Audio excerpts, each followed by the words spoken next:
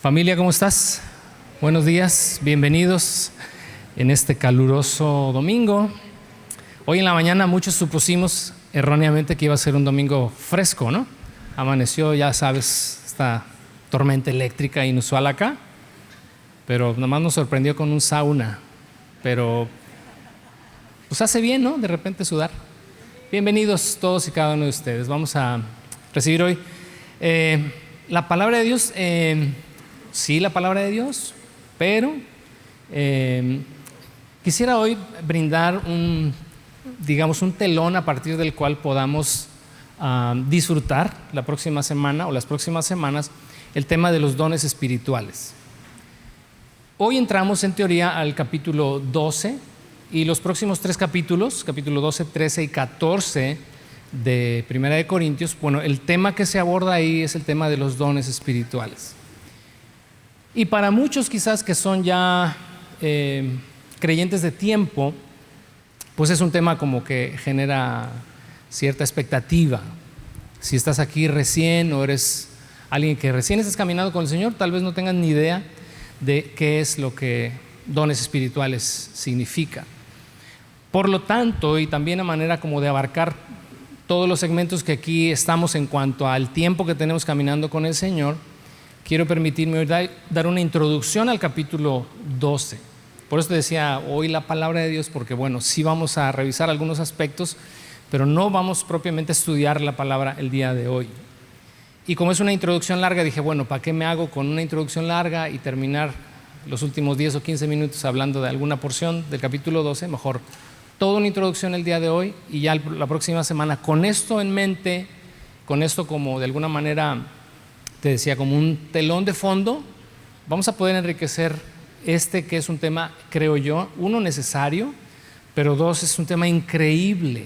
El tema de los dones espirituales es un tema fabuloso y obviamente es todo un estilo de vida, cosas de las que hablaremos ya a partir de la próxima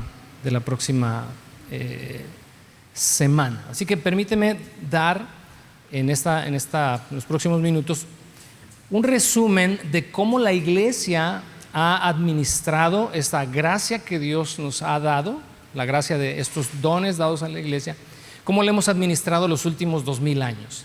Obviamente hay muchísimos detalles que se van a pasar por alto, pero es como un extracto solamente de lo que históricamente ha sido el despliegue, el desarrollo y el ejercicio de los dones espirituales en la iglesia. ¿Cuántos de aquí tienen más de 3 años en el Evangelio? Levanta tu mano. Más de 3 años. Entre 1 y 3, levanten su mano. Entre 1 y 3. ¿Ok? Y menos de 1. Ok. Entonces creo que la mayoría, asumo que la mayoría, hemos escuchado muchas veces en cuanto a estas cosas. Y si ya es todo lo que hoy diga, ya es como algo que ya sabes, bueno, solamente hoy reafírmalo, pero por 1, 2, 10, 20 que no lo sepan, creo que vale la pena dar esta introducción. Lo primero que quiero hoy pedirte es que veas esta exposición como un taller. Sé que es un domingo, que venimos a la predicación, pero velo como un taller. Y si traes libreta, hoy sí debes tomar notas. Si no traes libreta, pues aunque sea en el celular, puedes tomarle foto, ya sabes, a las diapositivas aquí enfrente. Si necesitas toda la presentación de cada domingo, acércate conmigo, acércate con alguien en media y con gusto te la reenvían por WhatsApp y la puedes revisar, filmina por filmina, bueno, diapositiva por diapositiva. La tarea para esta semana es leer Joel capítulo 2, versos 28 al 32 y en el libro de los Hechos, en el capítulo 2, del verso 1 al 21. Esa es lectura recomendada para la semana. Una vez que eso lo consideres durante la semana, obviamente muchas de estas cosas que vamos a hablar el día de hoy, en las cuales no me voy a detener, van a ir cobrando un poquito más de sentido. Te pido también tengas paciencia porque seguramente surgirán muchas preguntas de lo que vamos a ver, pero tenemos muchas semanas por delante. Estos 3 capítulos nos van a tomar por lo menos 3 a 4 semanas, así que nos vamos a ir con calma y ya cerraremos 1 Corintios capítulo 15 al final. Y antes de entrar a algunos aspectos, quiero dar 2 definiciones para quienes tal vez ya las has escuchado muchas veces, pero no las has logrado como definir con claridad. Y estas definiciones que vamos en el punto número 2 de este taller, en el punto número 2 las vamos como que todavía a profundizar un poquito más. Quiero que las tengas claras desde ahorita por causa de lo que vamos a ver en el punto 1 y no te quedes como, es que no entiendo esta parte, cómo se asocia con aquello. Entonces, la primera definición es pentecostal. ¿Quién ha escuchado lo que es, bueno, no lo que es, sino, has escuchado alguna vez pentecostal, el término pentecostal? Levanta tu mano, pentecostal, ok.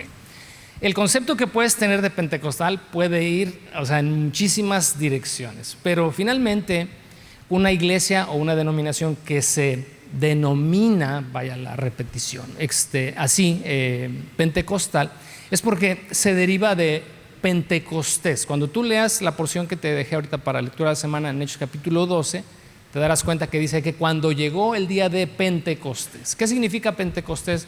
Pentecostés significa literalmente quincuagésimo. Pente, ¿verdad? De 5, quincuagésimo.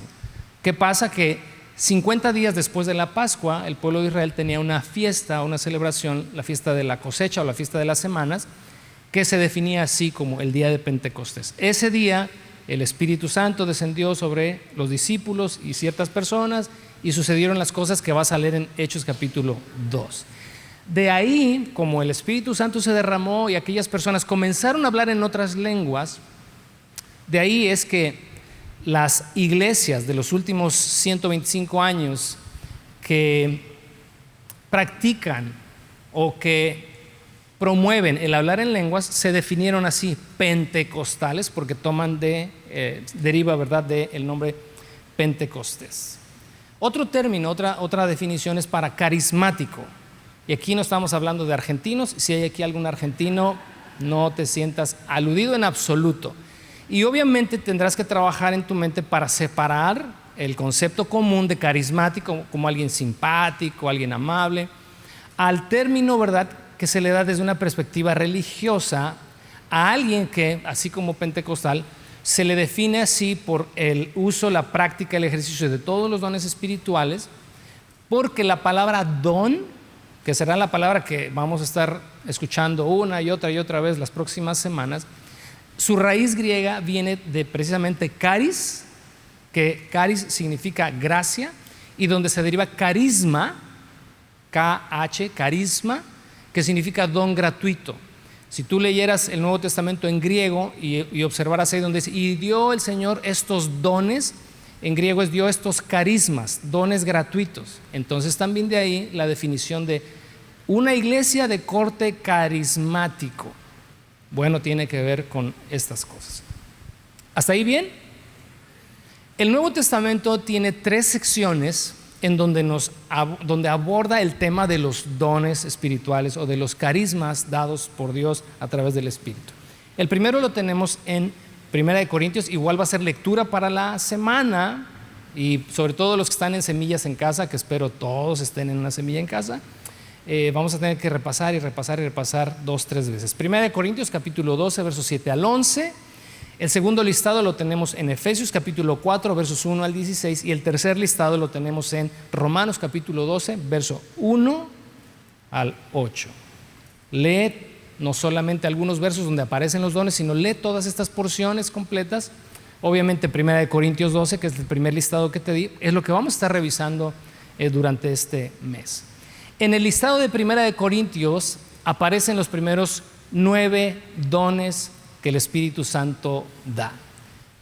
Puedes repetirlos conmigo, ahí los tienes en pantalla. El primero es palabra de sabiduría, palabra de ciencia, fe, sanidades, milagros, profecía, discernimiento de espíritus, hablar en lenguas y interpretación de lenguas. Otra vez, palabra de ciencia, fe, sanidades, milagros, discernimiento, lenguas, interpretación de lenguas. ¿Lo podemos repetir otra vez? Palabra de sabiduría,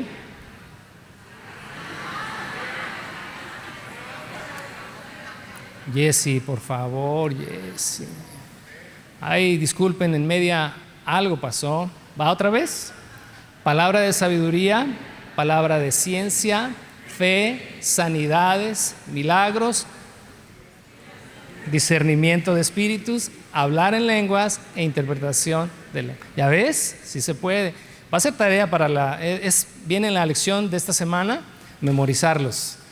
El segundo listado que tenemos en Efesios capítulo 4, ahí aparecen 5 dones. Ya no son 9, ya va a ser más fácil memorizarlos. 5, y el primero es apóstoles, profetas, evangelistas, pastores y maestros. ¿Otra vez? Y maestros. ¿Otra vez?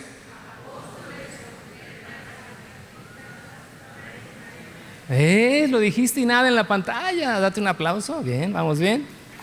El próximo lo tenemos en Romanos capítulo 12 y ahí tenemos 7. Ya no 9 ni 5, vámonos a la mitad, 7. Vamos a ver qué tal. La ardilla ya está trabajando y eso nos está preparando súper bien. El primero es profecía, servicio. Ok, otra vez. Profecía, servicio, enseñanza, exhortación, misericordia. Otra vez. Servicio, enseñanza, exhortación, dar, dirigir. Muy bien. Bueno, vamos a viajar sobre ellos a lo largo de las semanas. Obviamente nuestro pasaje principal, 1 Corintios 12, pero inevitablemente tenemos que ir a Romanos 12 y tenemos que ir a Efesios capítulo 4, pero ahí está.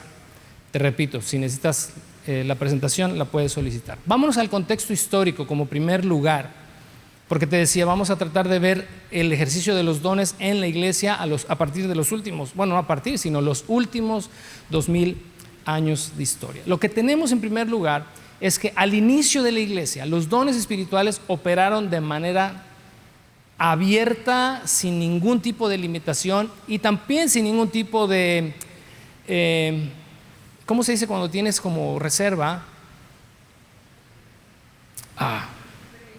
Prejuicio, eso, sin ningún tipo de prejuicio. Hoy por hoy, digo, hay muchos prejuicios en cuanto a esto por experiencias, etcétera, pero en ese momento no existía eso.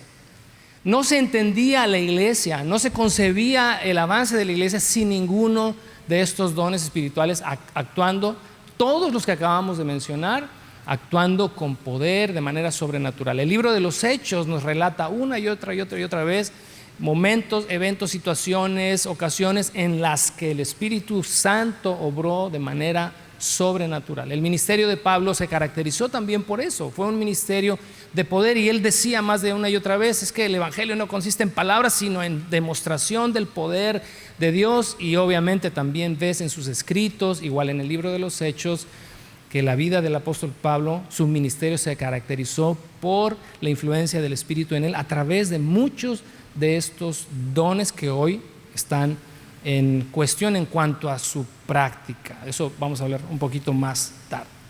Así que el primer siglo, y eso nadie lo niega, el primer siglo se caracterizó por un despliegue de poder como nunca antes y creo yo como nunca después. Entrados en el segundo siglo, una vez que los apóstoles murieron, la mayoría de las iglesias tradicionales, en la medida que pasaba el tiempo, que la iglesia se institucionalizó, el uso, ¿verdad?, o la práctica de muchos de los dones, no todos, cayeron en desuso. Se volvió pasó de una práctica común a ser un tema de debate teológico que se extiende hasta el día de hoy. Hoy el cristianismo sigue debatiendo en cuanto a algunos de estos llamados los dones extraordinarios. Creo que nadie debate si hay o no todavía en ejercicio el don del pastor, el don del maestro, de servicio, pero cuando hablas de profecía, cuando hablas de lenguas, interpretación de lenguas, milagros, señales, definidos, te repito así, por el cristianismo moderno como extraordinarios, entran siempre en una mesa de debate, que si sí siguen en uso, que si no siguen en uso, que si con ciertas restricciones, que si no, en fin. En el siglo XVI, ya 14 siglos adelante, viene el tiempo de la Reforma protestante. Si tú no sabes qué es la Reforma protestante, bueno, llévatelo de tarea y es muy sencillo, googleas hoy en la tarde ahí Reforma protestante, ¿qué es? y ahí te aparece, ¿verdad? Todo lo sucedido en ese siglo, que obviamente a partir de esa reforma el cristianismo, pues, te iba a decir, se reformó. ¡Wow! Revolucionó, evolucionó, el término que tú quieras, pero finalmente se reenfocó hasta lo que es hoy en día, no en el cristianismo global, pero sí en gran parte del cristianismo se reenfocó. Sin embargo, los reformadores seguían manteniendo el mismo pensamiento de las iglesias del segundo siglo en adelante, que muchos de los dones, más bien los dones extraordinarios, habían caído ya en desuso y que obedece solamente a esa primera etapa del inicio de la iglesia, el primer siglo. Y ese pensamiento continuó hasta el siglo XIX. Pero llegamos al siglo XX, siglo pasado. Y casi como entró el siglo XX y como si fuera un banderazo de salida, vino también un cambio en cuanto al concepto de los dones espirituales extraordinarios. Comenzó en la ciudad de Topeka, Kansas, año 1900, un pastor llamado Charles Parham inicia, ¿verdad?, su instituto bíblico, el Instituto Bíblico Bethel, inaugura. Un año después, comienza ahí en ese lugar, en el estado de Kansas, esto que se define como los primeros inicios del pentecostalismo. La predicación de Parham fue una predicación obviamente muy inclinada al tema de los dones espirituales, particularmente en el tema de las lenguas o de las personas que recibían el don de lenguas, considerado por él como una evidencia de que el Espíritu Santo estaba bautizando a tales personas. Era más o menos como la misma idea de lo que vas a leer en Hechos capítulo 2. Aquello que experimentaron los primeros discípulos en el aposento, bueno, quiero decir en el aposento alto, pero no estoy seguro si es en el aposento alto, porque, bueno, luego te explico eso. Borra esto y meditas eso. Igual y después te digo por qué. Pero bueno, en ese lugar donde el Espíritu Santo se derramó sobre aquellos primeros discípulos y comenzaron a hablar en otras lenguas. Para Parham era: el creyente debe experimentar el bautismo del Espíritu Santo, es la señal inequívoca de que la presencia del Espíritu está en él y de que la persona ha sido regenerada, etcétera, etcétera, etcétera. Así comienza todo esto, que trasciende 5 años después en lo que se le conoce como el movimiento de Azusa. ¿Alguien ha escuchado por lo menos Azusa? Aunque sea que no tengas ni idea de qué es Azusa, pero ok, son pocos. Wow, ok. 1906, 15 de octubre de 9 de abril de 1906, en la calle de Azusa, aquí en nuestra vecina ciudad de Los Ángeles, comenzaron a tener lugar reuniones que tenían toda la influencia de la predicación de Charles Parham. Esta iglesia, que fue presidida por un predicador afroamericano, William Seymour, comenzaron a tener reuniones, ahora sí las pudiéramos como que clasificar como carismáticas. Se comenzó a desarrollar en esta pequeña iglesia un movimiento de reuniones muy efusivas, cantos espontáneos, una adoración, ¿verdad? Ahora sí que de ahí viene el término, ¿no? El gospel. La predicación, había sanidades, se hablaba en lenguas, se estaba de alguna manera gestando lo que en el futuro se conocería como el movimiento pentecostal. Igual, en la semana, avivamiento de Azusa, tu búsqueda ahí en Google puede ser avivamiento de Azusa, para que conozcas un poquito de la historia. Y es súper importante, porque es, bueno, ¿eso qué tiene que ver conmigo? Tiene todo que ver.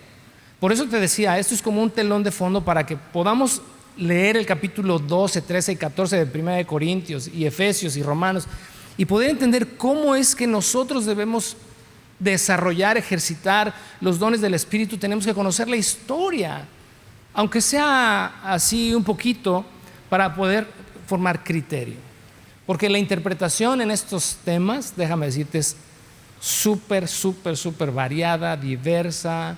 y en algunos momentos hasta contraria, antagónica entre sí. Entonces creo que es muy importante tener un criterio lo mejor, lo más sólido posible. Bueno, comienza entonces aquí en Azusa, 1906, ¿verdad? Esta expansión del movimiento pentecostal, y a partir de ahí es que se comenzó a popularizar la creencia de que los dones del Espíritu en su totalidad estaban vigentes. Fíjate, 1800 años prácticamente de desuso en muchos de estos dones, y de repente surge este movimiento y comienza esta expansión global que transformó el panorama religioso mundial en cuanto a los carismas del Espíritu, y abre, ¿verdad?, la puerta para el movimiento pentecostal y carismático de las próximas generaciones. El detalle es que a partir de esto, obviamente, como es de esperarse, desafortunadamente, se genera una división en el cristianismo en cuanto a este tema. Imagínate, 1900 años, vamos a ubicar 125 años antes del día de hoy. El cristianismo no concebía los dones extraordinarios como parte activa, parte vigente de la vida de la iglesia. Y todos, digamos, felices y contentos porque asumían que como se les había instruido por siglos, bueno, esos dones tuvieron su vigencia durante los primeros años de la iglesia. Este fue un movimiento disruptivo. Vino definitivamente a romper con muchos paradigmas para los creyentes de la época. Hoy para nosotros, sobre todo los que ya somos cristianos de algunos años, no es tan disruptivo cuando observas algunas prácticas carismáticas, porque has entendido, has conocido, sabes que hay diferentes formas de interpretar, bla, bla, bla, bla, pero en ese momento no, porque no había un punto de referencia. Lamentablemente se genera esta división porque, para mi pena lo digo, para pena de todos lo digo, cada vez que hay una nueva perspectiva en cuanto a la Escritura, una división viene ahí detrás. Si pensamos igual, podemos estar juntos. Si tantito piensas diferente que yo, o yo pienso diferente de ti, pues mejor seguimos siendo hermanos, pero a la distancia. Hablemos de la división como segundo punto y definamos estos dos grandes grupos. No significa que la iglesia cristiana solamente se divide por estas dos posturas, no. La iglesia cristiana se divide hasta por qué color se pinta la iglesia y qué color no se debe pintar, y ya es motivo de separación. Pero en cuanto al tema que nos compete, se abren dos grandes grupos. El primero, ¿verdad?, es obviamente el movimiento pentecostal o carismático, de lo cual ya te di las definiciones. El movimiento pentecostal se destaca obviamente por creer en el bautismo del Espíritu Santo, y a partir, ¿verdad?, de este bautismo en el Espíritu se manifiestan los dones como hablar en lenguas, la sanidad divina, la profecía, etcétera. Es la señal, como te decía, inequívoca de la presencia del Espíritu Santo sobre una persona. Ese es el movimiento, hacia grandes rasgos, el movimiento pentecostal.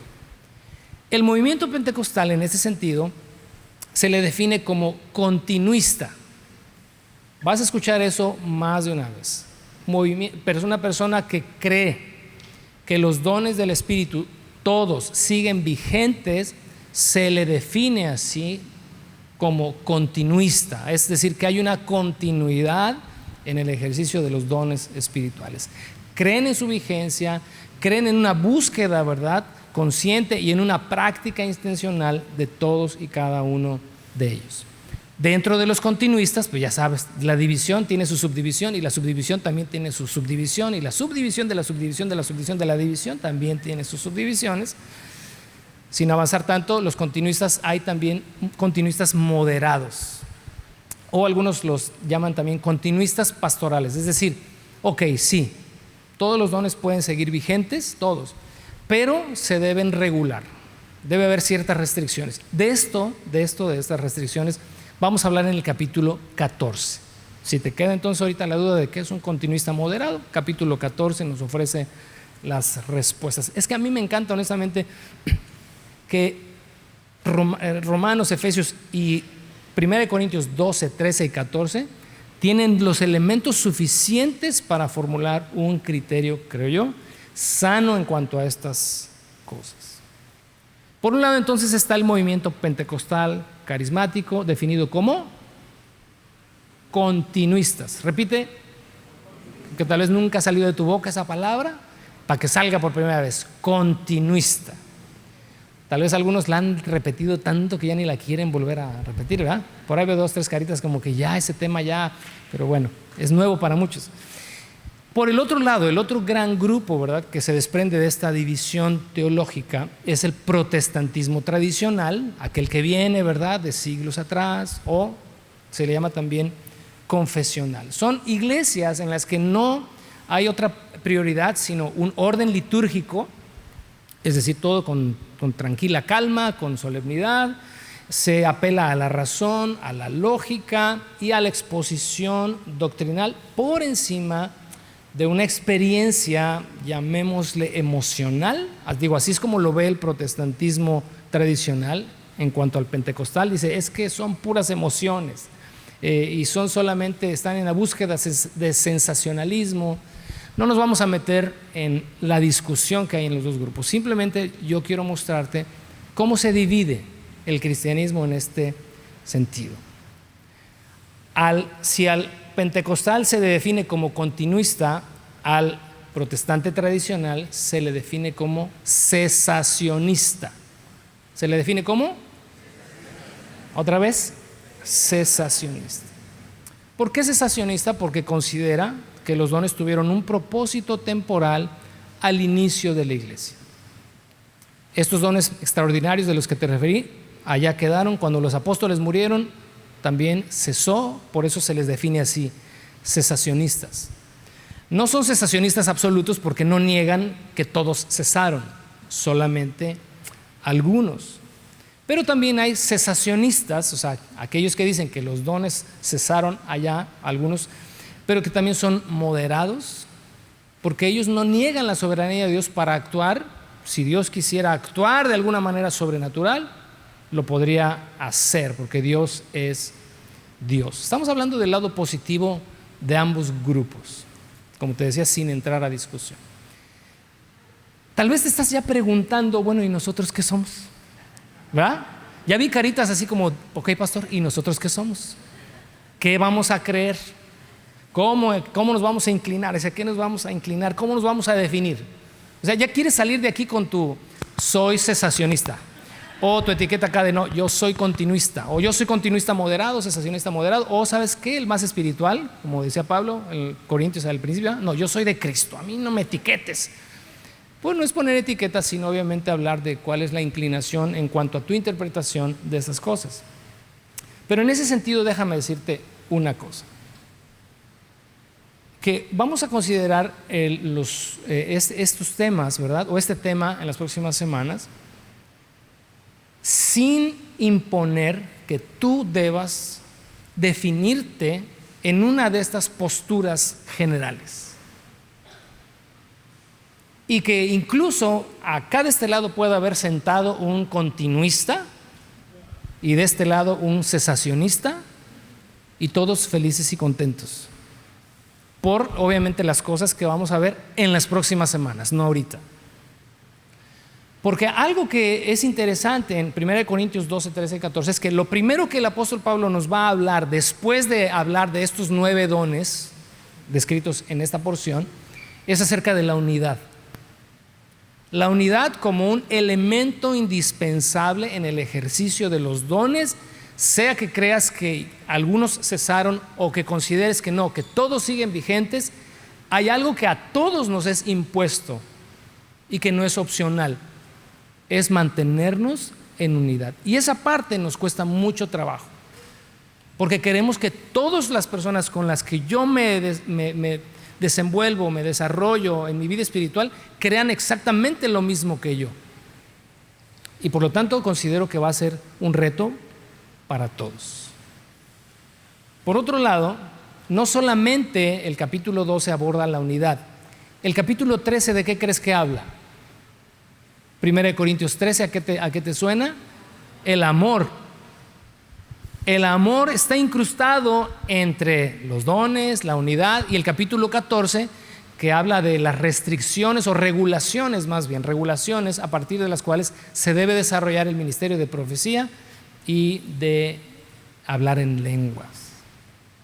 Así que cada uno de los dones convergen en esto que es esencial para todos, la unidad y el amor como eje central. Así que olvídate, aquí no va a haber, aquí creemos esto y ahora todos se amuelan, porque déjame decirte una cosa, y eso es como paréntesis y esa manera de exhortación.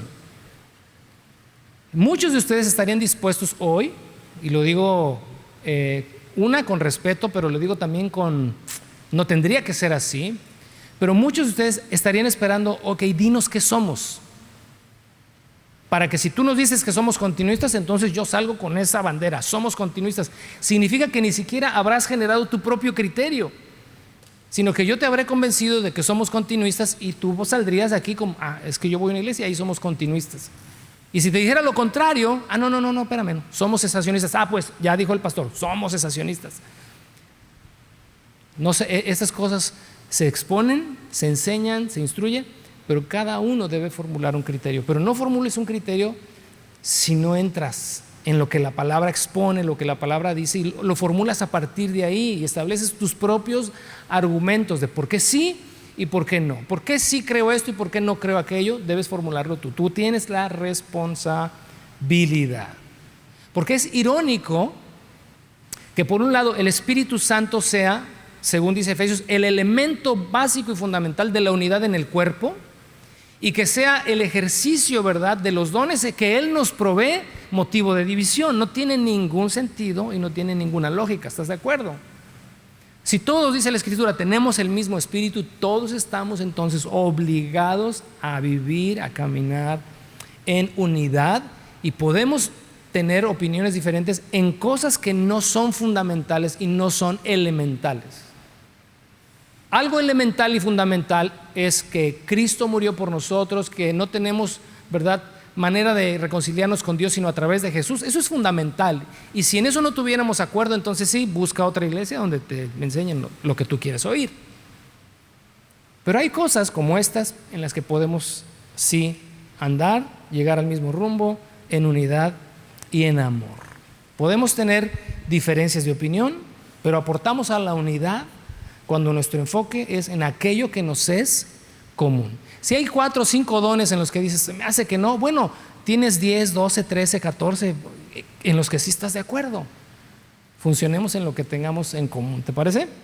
Bueno, algo interesante a considerar en cuanto al movimiento pentecostal y al movimiento tradicional, cristiano tradicional, es, número 1, que ambos creen en la autoridad de la Biblia.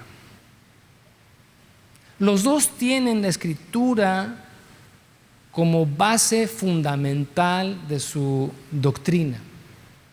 Y en ese sentido, obviamente, estoy hablando de buenos continuistas y buenos cesacionistas. Ahorita más adelante te voy a hablar de los que creo que... Ahorita te lo dejo pendiente.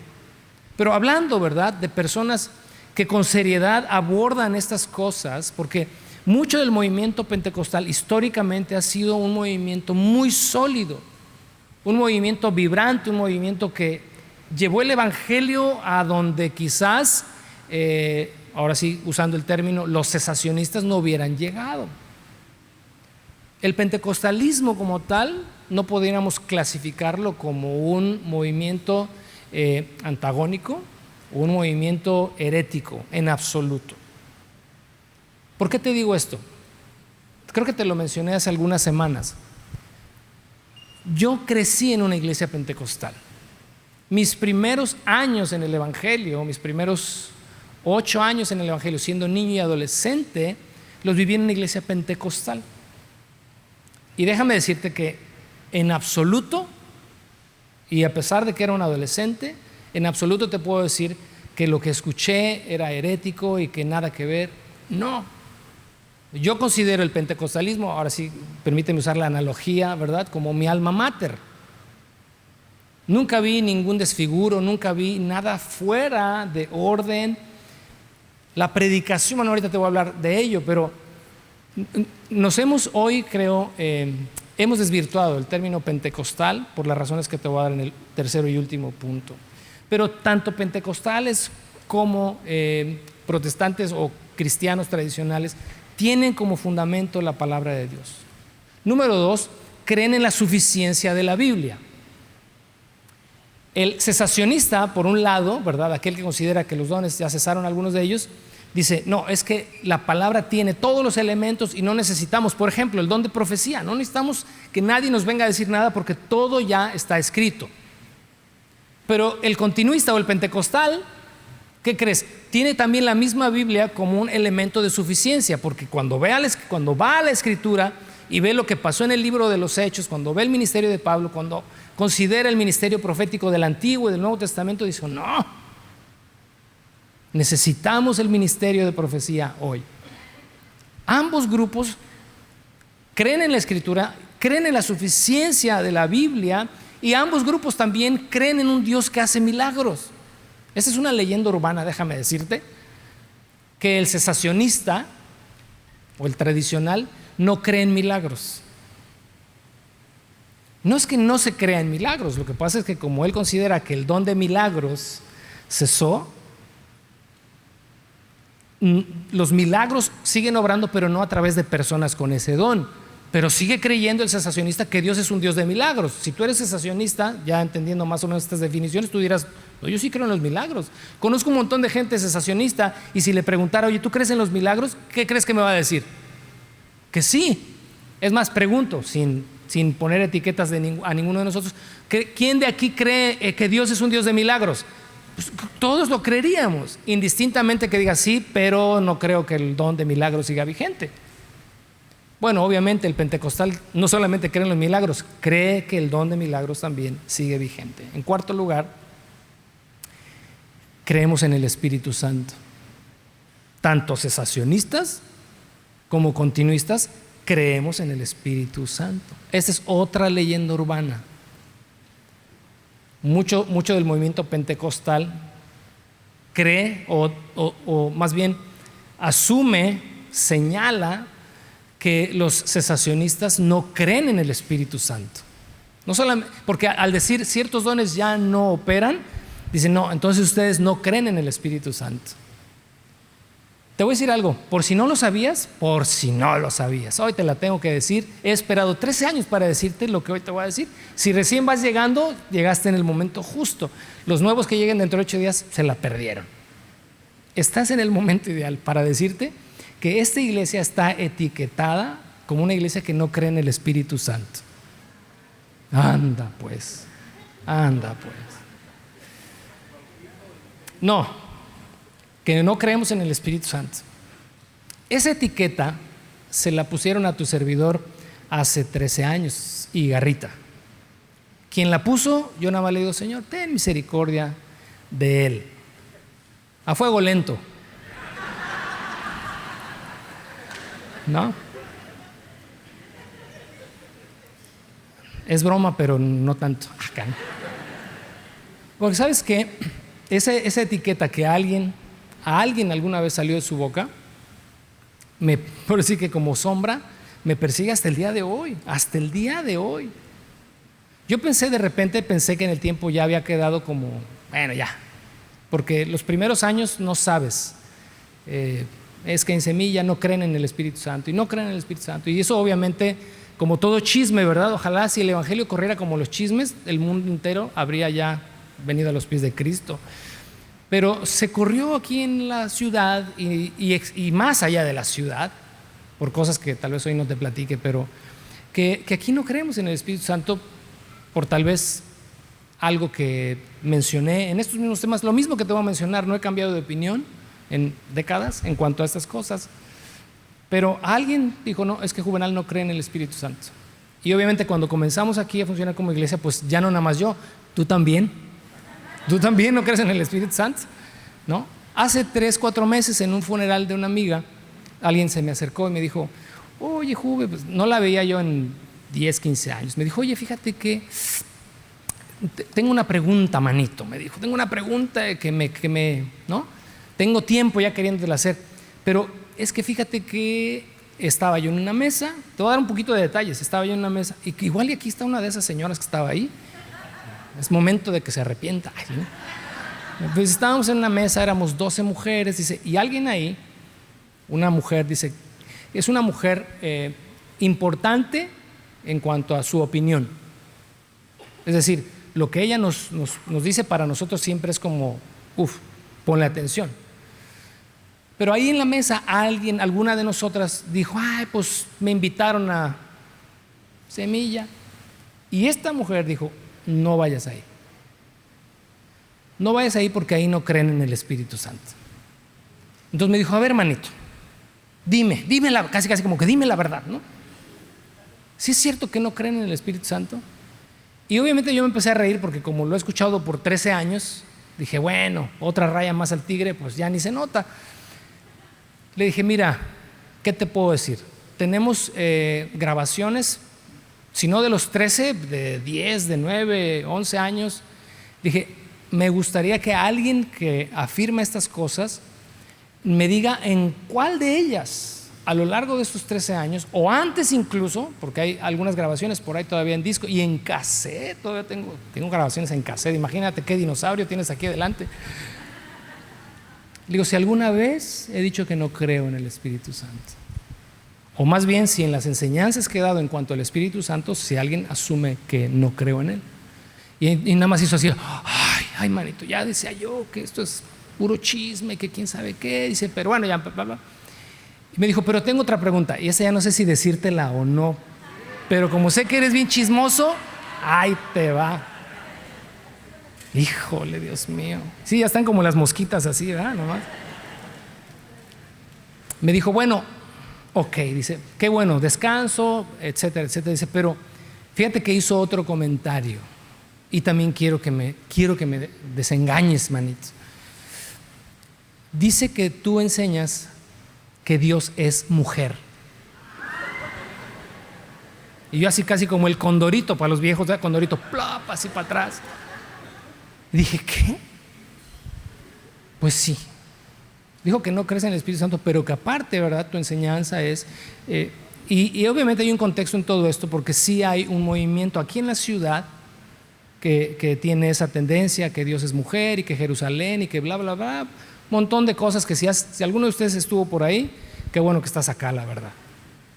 Pero también ahora sí que me achacaron un muerto ajeno. Y le dije, ¿sabes qué? Ahora sí me dejaste con el ojo cuadrado porque eso para mí sí es nuevo. Y le dije, pues mira, de eso lo único que te voy a decir es que me da risa. Es lo único que te puedo decir.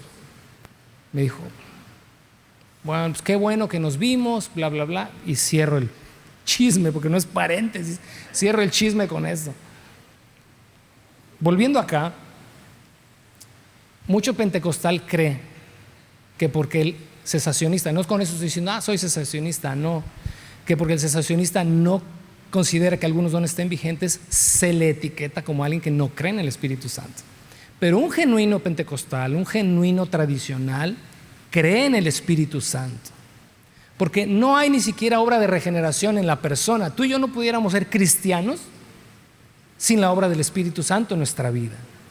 Juan, ¿verdad? Dice en el Evangelio, Él convencerá al mundo de pecado, justicia y de juicio. Pecado por cuanto no creen en mí, justicia por cuanto yo voy al Padre, y juicio por cuanto el príncipe de este mundo ha sido ya juzgado. Obviamente creemos en el Espíritu Santo. Así que el día que te digan, cuando tú digas, es que yo voy a Semilla, y veas cara así como de, ya sabes por qué es.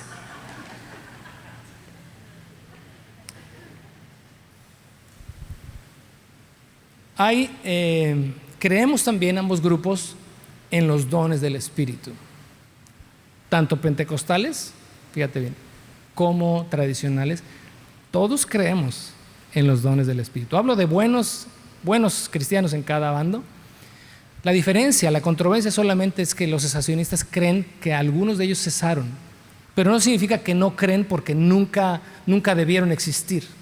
Simplemente los ven como para otro momento en la historia. ¿Hay diferencias entre ambos grupos? Sí. Pero quizás en la práctica el abismo entre los dos no sea tan grande como a veces parece. Lo que me lleva al tercer y último punto, porque tal vez te estás preguntando, o sea, estás diciéndome que todos los pentecostales, o sea, y todo lo que sé, todo lo que he visto, todo lo que he oído, ¿está bien? Bueno, no. No, porque de ese pentecostalismo que comenzó hace 125 años, evolucionó en los años 70 a lo que hoy se conoce como neopentecostalismo. Y el neopentecostalismo, déjame decirte que no tiene nada que ver con el pentecostalismo tradicional. Cuando yo te dije hace rato, yo soy pentecostal de cuna, soy pentecostal tradicional de cuna. En los años 70 y hasta el día de hoy, se deriva del pentecostalismo una rama definida o conocida, pues así como te digo, como neo o nuevo pentecostalismo. Y antes de entrar en detalle en cuanto al neopentecostalismo, quiero decir que si hubiese alguien aquí o alguien que nos vea en el futuro, porque pues se publican los videos y están abiertos a todos, que se identifique con el neopentecostalismo, quiero decir una cosa, que lo que voy a decir lo quiero decir con todo respeto. Aquí ya no hay ni chismes ni bromas, porque sí quiero expresar que respeto con todo y que no estoy yo, no digo nosotros, porque repito, esto es un tema personal. Yo no estoy de acuerdo en casi nada del neopentecostalismo. Sí, aún así quiero abordarlo con respeto porque tengo amigos, conozco pastores que han abrazado el neopentecostalismo en sus iglesias y no puedo decirte que sean falsos creyentes, que sean personas de una doble moral, no en absoluto. Hablaré del movimiento como tal, hablaré de sus características sin señalar ni personas, ni iglesias, ni nada. ¿Estamos todos bien con eso?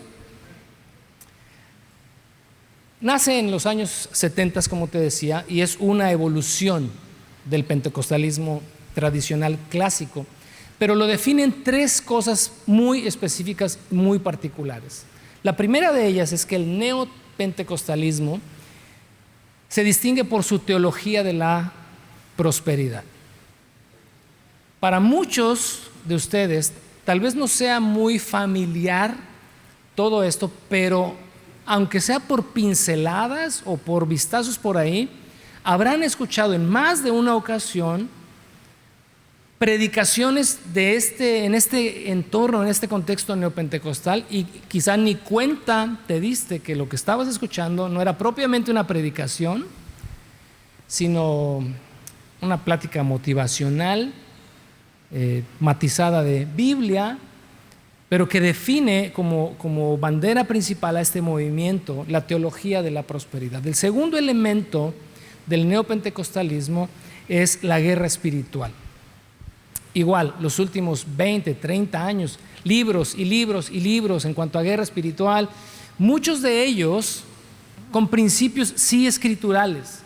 No se puede rechazar todo. Tú ves de repente libros de guerra espiritual y sí contienen elementos bíblicos. Hay muchas verdades ahí, pero junto con esas verdades también han llegado un montón de distorsiones en cuanto a la guerra espiritual. No significa esto, y bueno, lo voy a aclarar para que no vayan a poner otra etiqueta, que no creemos en la guerra espiritual. O sea, sí, pero no desde la perspectiva neopentecostal. El tercer elemento, ¿verdad?, fundamental del neopentecostalismo es el liderazgo carismático. Y cuando hablamos de liderazgo carismático, obviamente, vuelvo a repetir, no es unos líderes simpáticos, no. Carismático en el sentido de, acuérdate, dones, carismas. Es decir, que enfocan su teología, enfocan su liturgia en los elementos, ¿verdad?, propios de los dones espirituales vigentes en su totalidad para este movimiento en la iglesia. Esos tres elementos tenlos muy en cuenta. Voy a hacer rápidamente un comparativo entre el pentecostalismo tradicional y el neopentecostalismo. La predicación pentecostal, que es la que yo escuché de niño, que es la que me alimentó y de la cual, repito, cada vez que regreso en mi mente no encuentro nada fuera de orden. En el pentecostalismo clásico se predica la salvación, se predica la santidad y se predica del regreso de Cristo. Estos tres temas de niño, de adolescente, los escuché una y otra y otra y otra y otra vez. El neopentecostalismo predica la prosperidad, el éxito y la sanidad interior. Y déjame decirte algo, el neopentecostalismo está redefiniendo aceleradamente el rostro del cristianismo global. ¿Por qué te lo digo?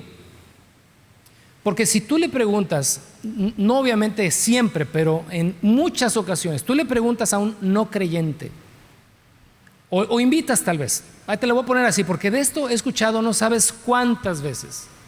Tú estás en tu trabajo y le dices a alguien, oye, te invito a mi iglesia. Muchos han recibido estas respuestas. Híjole, es que ya fui una vez a una. Ah, pues ven, te invito a la mía. Y ha pasado con algunos de ustedes aquí. No, ¿sabes qué? Pues la verdad me da miedo. Y tú te quedas como, ¿por qué? No, es que vi esto y esto y esto, cosas que te voy a señalar ahorita más adelante, que son propias del movimiento neopentecostal.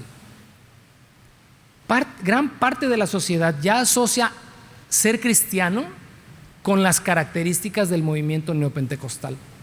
Y tienes que estar aclarando y tienes que estar diciendo, no, ven, mira, bueno, ven un domingo. Es más, tal vez alguien levantó la mano, no vi porque estaba acá atrás, pero alguien levantó la mano hoy de que vino por primera vez. Sí, acá, bueno. Igual los que vienen por primera vez dicen, no, pues yo también ya venía como medio ciscadón, ¿verdad? Porque no sabía que me iba a encontrar, porque pudiéramos hoy llenar tal vez horas de experiencias que se viven dentro de las comunidades cristianas neopentecostales en cuanto a su liturgia. El punto es acá, pues, que mientras la predicación y el mensaje de pentecostal clásica tiene que ver con la salvación, con la restauración del hombre, la reconciliación del hombre con Dios y como objetivo final la vida eterna, el neopentecostalismo tira para otro lado. Es su característica principal un movimiento antropocéntrico. ¿Qué significa esto? Antropos, ¿verdad? Hombre, centro. El hombre está en el centro. El hombre está en el centro de la teología y el hombre está en el centro de la liturgia en el movimiento neopentecostal. De hecho, se considera el movimiento más antropocentrista, el movimiento religioso más antropocentrista de la historia moderna. Ningún otro movimiento religioso se ha enfocado tanto en el aquí, en el ahora y en el tú como el centro de todo lo que se desarrolla teológica o litúrgicamente. En el cristianismo tradicional, el centro absoluto es y debe ser siempre la gloria de Dios y la eternidad como nuestro objetivo final.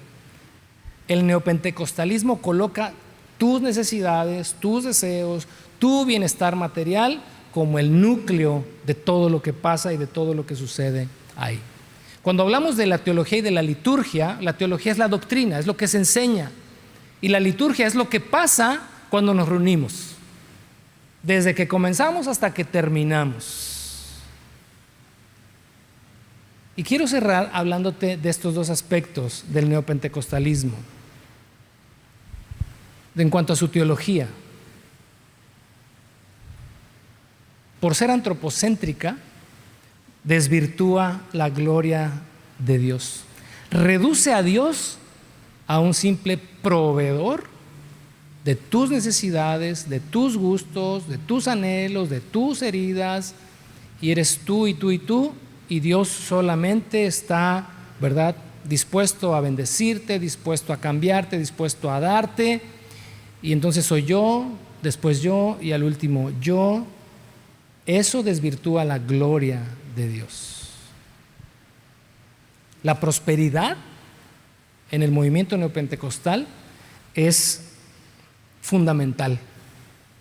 Fundamental. Por eso es muy atractiva. Por eso tiene tantos seguidores. Y no con esto quiero decir como que nosotros somos, ¿verdad?, la última Coca-Cola en el desierto. Y no es en ese sentido. Por eso te mencioné al principio. Lo quiero decir con respeto a todas las personas que abrazan esta doctrina. Pero en cuanto a la doctrina en sí, en cuanto a la liturgia, en cuanto a las cosas que definen este movimiento, abiertamente te digo, no puedo estar de acuerdo, y creo que tú, si conoces la Escritura, no podrías estar de acuerdo también con muchas de esas cosas. En segundo lugar, en cuanto a su teología, corrompen la fe. ¿Por qué corrompen la fe? Porque la fe ya no es un asunto de confiar en Dios en medio de la dificultad. ¿Te acuerdas la primera canción que hoy cantamos? ¿No? Fíjate, ahorita más adelante te voy a hablar un poquito acerca de eso, pero aún la adoración, las letras de las canciones, tienen que ser como si fuera la enseñanza y la predicación, tienen que ser acordes a la Escritura. Así que enseñamos, instruimos y aprendemos también a partir de lo que cantamos. Sin embargo, se desvirtúa la fe cuando ya no se trata de confiar en Dios, sino que se usan elementos, digo yo, psicológicos, fuerzas para exigir y demandar de Dios milagros y dinero. Milagros y dinero. Milagros y dinero, y todo gira en torno a eso. Es el hombre el que determina el curso, ya no Dios. Y se usan expresiones como estas, y lo hago, repito, sin señalamientos personales: decreto, declaro, ato, amarro, profetizo, confieso, todo lo que yo quiero. ¿Quién es el centro en eso? ¿Quién está definiendo o pretendiendo definir el rumbo de las cosas? De la persona. Desato sobre tu vida y te puedo decir prosperidad. Digo, el 99.9% de lo que se desata o se decreta tiene que ver con prosperidad material, tiene que ver con bienestar de la salud, etcétera, etcétera, etcétera. Eso corrompe la fe. En tercer lugar, en cuanto a su teología, y creo que derivado de esto mismo, desvirtúa el sentido del sufrimiento. Y no es cualquier cosa lo que te voy a decir en cuanto a esto, porque el cristianismo histórico, el cristianismo tradicional, el cristianismo del primer siglo, del segundo siglo, del siglo XV, del XVIII, del XIX, las cosas comenzaron a cambiar en los últimos 50 años. Pero el cristianismo de siempre ha entendido que el sufrimiento puede ser en muchas ocasiones una forma en la que Dios nos madura, en la que Dios nos hace más fuertes, nos alimenta, nos nutre, nos enseña. El sufrimiento es parte del creyente aún antes de Cristo. Lees las historias de los profetas, lees las historias de hombres de Dios y vivieron, sufrieron, y ninguno de ellos tenía un conflicto teológico como lo tenemos en los últimos 50 años. Porque ahora se enseña que si sufres es porque estás bajo maldición, que si estás enfermo te falta fe. Y tú fíjate, eres este movimiento antropocentrista realmente que es antropocentrista así, pero recalcitrante, porque si las cosas te funcionan, bien, lo hiciste bien. Pero si no sanaste, si quebraste en el negocio, ¿quién crees que tiene la culpa? ¿El que te enseña? No, la tienes tú también, porque a ti te faltó fe. Eso es un absurdo. Eso es un absurdo, y eso, punto anterior, corrompe la fe, pero también desvirtúa el sentido del sufrimiento. El día de ayer platicaba con alguien de ustedes y le decía, es algo que tengo en mente, ni siquiera es como un proyecto ya que ni se lo he platicado al pastor Alex ni al pastor Rubén, pero lo traigo nada más así como que me viene como mosca dando vueltas en la cabeza. Pero o sea, me gustaría, no sé, una vez al mes tal vez que pudiéramos tener una reunión con personas que están pasando por alguna enfermedad crónica, porque hay entre nosotros personas por las que oramos que están con enfermedades crónicas, degenerativas, y que tienen un montón de preguntas de orden teológico, de por qué Dios permite esto, por qué me pasa a mí.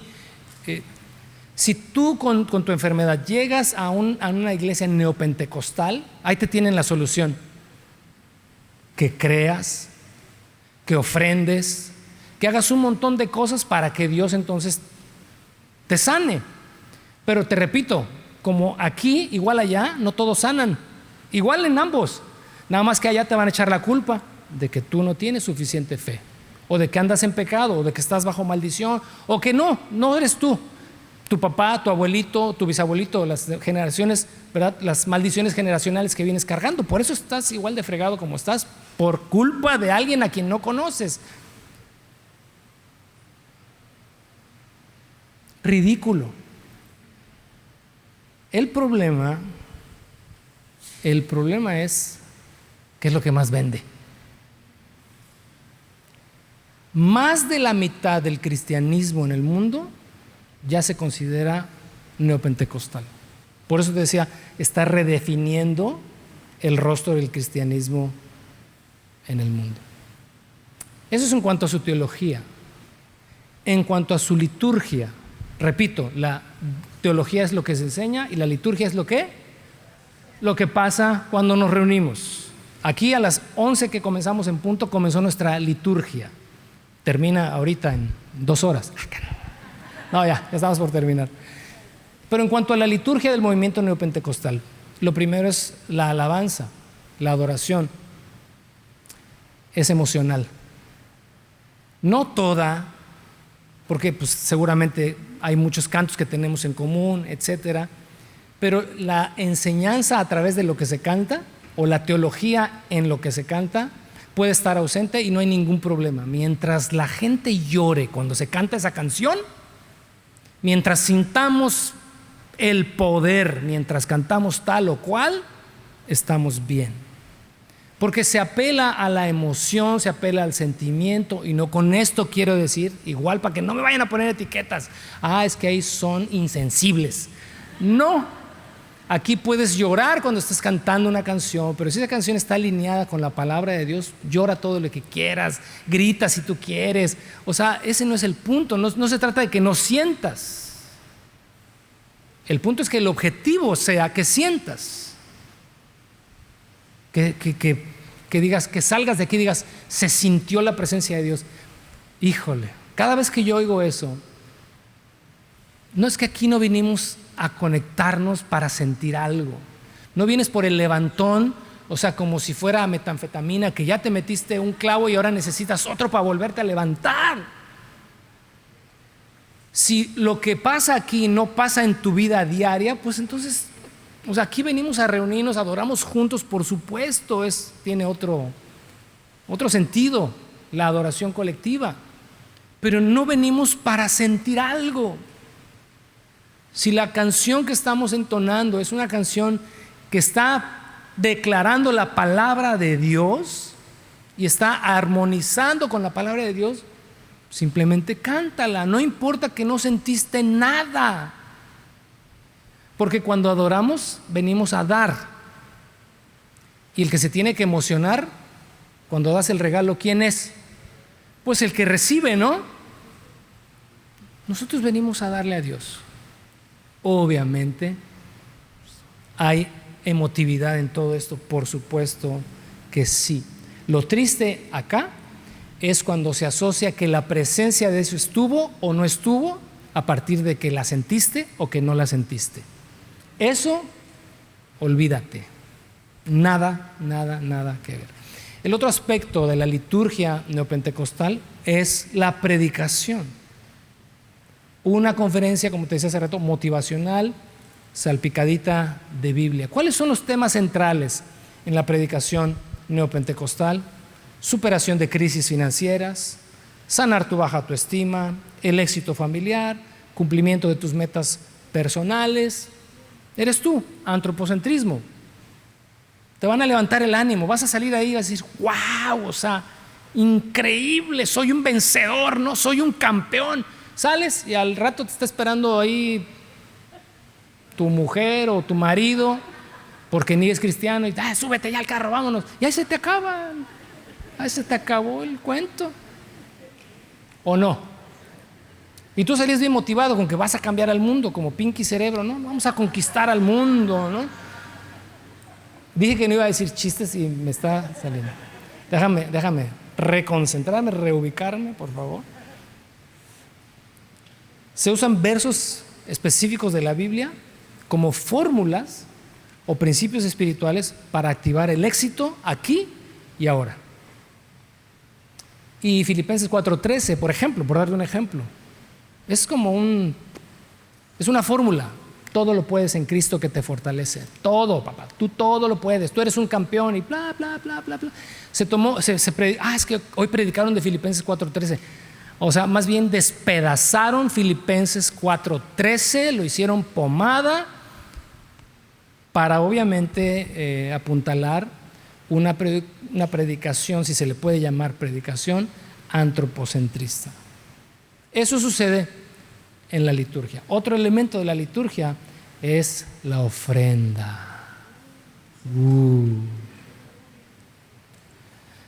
Llamada por el movimiento neopentecostal o definida mejor como la siembra, el pacto, ¿no? Pacta con Dios, siembra. Yo el otro día vi, por metiche y chismoso nada más, porque la verdad es que no me gusta andar viendo estas cosas, pero vi una y ahí me clavé, pues. Pero dije, oye, no inventes, el cuate lleva 15 minutos pidiendo la ofrenda. 15 minutos, imagínate, si yo aquí ya el tiempo me está comiendo, imagínate dedicar 15 minutos para pedir la ofrenda cada domingo. Porque tengo que convencerte de exprimirte y de sacarte todo lo que pueda. Bajo la premisa de que entre más des, más recibes. Siembra para que Dios te dé. Pacta con Dios, trae tus primicias, etcétera, etcétera, etcétera. Yo estoy convencido de algo. Para la ofrenda no necesitas más de 30 segundos, a más tardar 1 minuto, para avisar que vamos a recibir las ofrendas y listo. Y el que quiera ofrendar, que lo haga. Y el que no quiera, pues que no lo haga. De todas maneras, esto va a seguir adelante porque es obra de Dios y punto. 13 años no hemos dedicado más de 1 minuto a avisar que es el momento de la ofrenda. Pero dedicar 15 minutos para convencerte, para sacarte versículos, para decirte que, ¿sabes qué? Si no tienes trabajo, pues no tienes trabajo porque no ofrendas. Y lo único que traes ahí son los 200 pesos que dices, híjole, si los doy, ya no comemos mañana porque me pagan hasta el viernes, pero ya te convencieron y vas a dar los 200 pesos. Dios es misericordioso y es bueno, y yo creo que muchas veces ha bendecido a la persona que lo hace con una actitud genuina o por su propia necesidad, porque Dios es bueno y misericordioso. Pero toda esta doctrina o toda esta enseñanza, déjame decirte, está distorsionada en absoluto. Si tú vienes de algo así, pues espero que esto te dé contexto.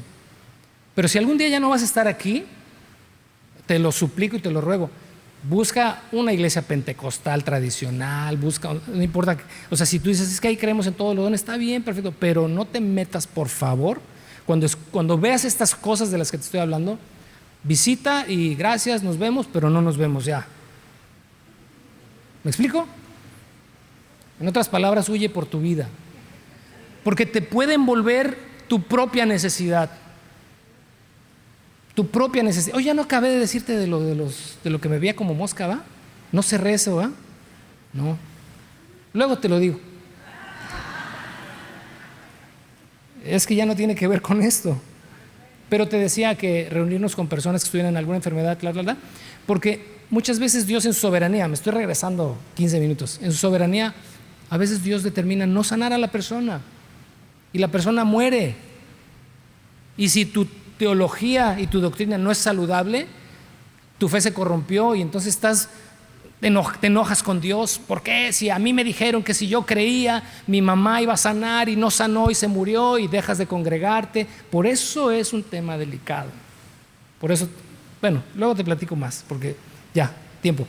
La otra dentro de esta liturgia, y creo que es la última, y con esto ya vamos a ir cerrando, ya si pueden ir pasando los chicos de la alabanza, por eso me presiona y me ayuda que pasen los de la alabanza, que se acomoden. No, ahorita, o sea, que vayan pasando. Así me presionan, porque si no, porque ese es el último punto de la liturgia neopentecostal, es la famosa ministración.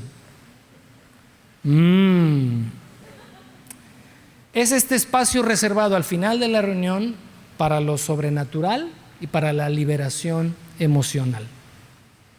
Todos tus traumas, todo lo que tienes, todo lo que te aflige, lo que te afloja, todo lo que te molesta, vienes y en la administración va a recibir solución. Vas a pasar para recibir sanidad, liberación de ataduras espirituales, vicios, traumas, pero sobre todo para recibir la unción.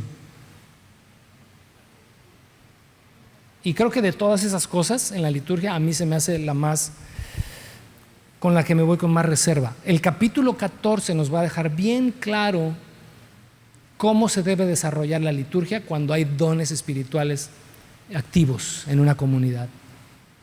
Pero lo que hoy ves en una iglesia neopentecostal es que pareciera que arrancaron el capítulo 14 de Primera de Corintios y lo tiraron al bote de la basura, argumentando con otra parte de la escritura que dice que donde está el Espíritu de Dios ahí hay libertad, también mal usado, distorsionado, y se ve en esta famosa ministración, que es de la que te hablo, que ha redefinido el rostro del cristianismo, por lo que muchas personas que por primera vez se acercan a una iglesia dicen: yo ya no vuelvo porque aquí todos están bien locos. Esta palabra loco no es mía, ni tampoco nos la dan los vecinos porque sí. El capítulo 14, Pablo dice que debe haber orden en la iglesia, porque si entra alguien indocto y los ve haciendo todo esto, va a decir que están locos. Y alguno neopentecostal dirá: sí, pero bendita locura. No, esa no es bendita locura, porque se contrapone a lo que la Escritura nos dicta debe ser. En estas ministraciones hay lágrimas, se cae al suelo por el peso de la gloria, hay la famosa risa santa, hay gritos, hay aullidos. Nada más, si tú has visto reels por ahí, le picaste a uno y luego te llegan y te llegan y te llegan y te llegan, de verdad que es muy triste. Ya ni siquiera es como de que qué coraje, no, es muy triste y muy lamentable lo que pasa en muchas iglesias neopentecostales en este punto de la administración. De verdad es insólito. A veces digo: no, ya, más de esto ya no hay, pero siempre hay algo que te asombra más que lo anterior. Eso es vergonzoso y eso es muy lamentable. En resumen, por su enfoque antropocéntrico y su capacidad de camuflarse con la cultura de consumo moderna, conecta de forma inmediata con las necesidades existenciales del creyente contemporáneo. Por eso es que muchas iglesias neopentecostales son mega iglesias, porque un evangelio como ese sí vende, claro, sí vende. Siempre habrá quien compre porque apela a tu necesidad. Te da esperanza, falsa, pero te da esperanza. Y ahí estás, dando y dando y dando y dando y dando, y es como cuando entras a la pirámide. El primero que entró ya la armó, pero los demás alimentan al primero que entró. Y mucho del neopentecostalismo así funciona. Te vendo esta idea, pero el primero que entró es el ganón. Qué triste, qué lamentable, qué vergonzoso.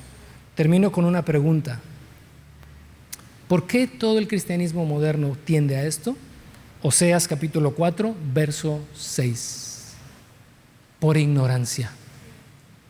Por ignorancia y por ignorancia. Pero no es ignorar porque no tengamos acceso al conocimiento. Es ignorancia supina.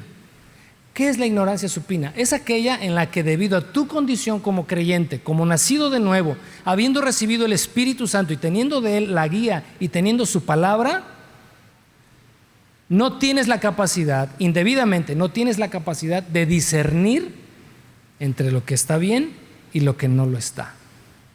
Por lo tanto, somos ignorantes voluntarios. Se nos engaña en nuestras narizotas, teniendo todos los elementos y teniendo el Espíritu en nosotros como para saber cuando algo es verdad y cuando algo es error. Vamos a ponernos de pie y con esto en mente, esta introducción fue introducción y fue taller. Nos vamos a aventurar dentro de 8 días, a entrar en este tema increíble, maravilloso, los dones del Espíritu. Más que ser un tema que nos genere reservas, temores, es algo que debería emocionarnos, porque están ahí, porque son para nosotros, porque son un regalo de Dios, porque son la forma en la que Dios nos fortalece, nos hace crecer, nos madura. Pero veámoslo desde la perspectiva correcta. Oramos. Gracias te damos, Señor, en esta tarde por tu palabra. Pedimos que lo que hemos escuchado lo podamos atesorar, también lo podamos acomodar en nuestra mente, en nuestro corazón, y que sea útil para lo que las próximas semanas tú has de hablarnos a través de estos 3 capítulos increíbles que vamos a considerar de tu palabra ahí en 1 Corintios. Gracias porque nos das herramientas, gracias porque nos das la manera de acercarnos a ello. Te pedimos que sea tu Espíritu Santo quien nos alumbre, quien nos ilumine, quien nos guíe a toda verdad. Te lo pedimos en el nombre de nuestro Señor Jesucristo. Amén.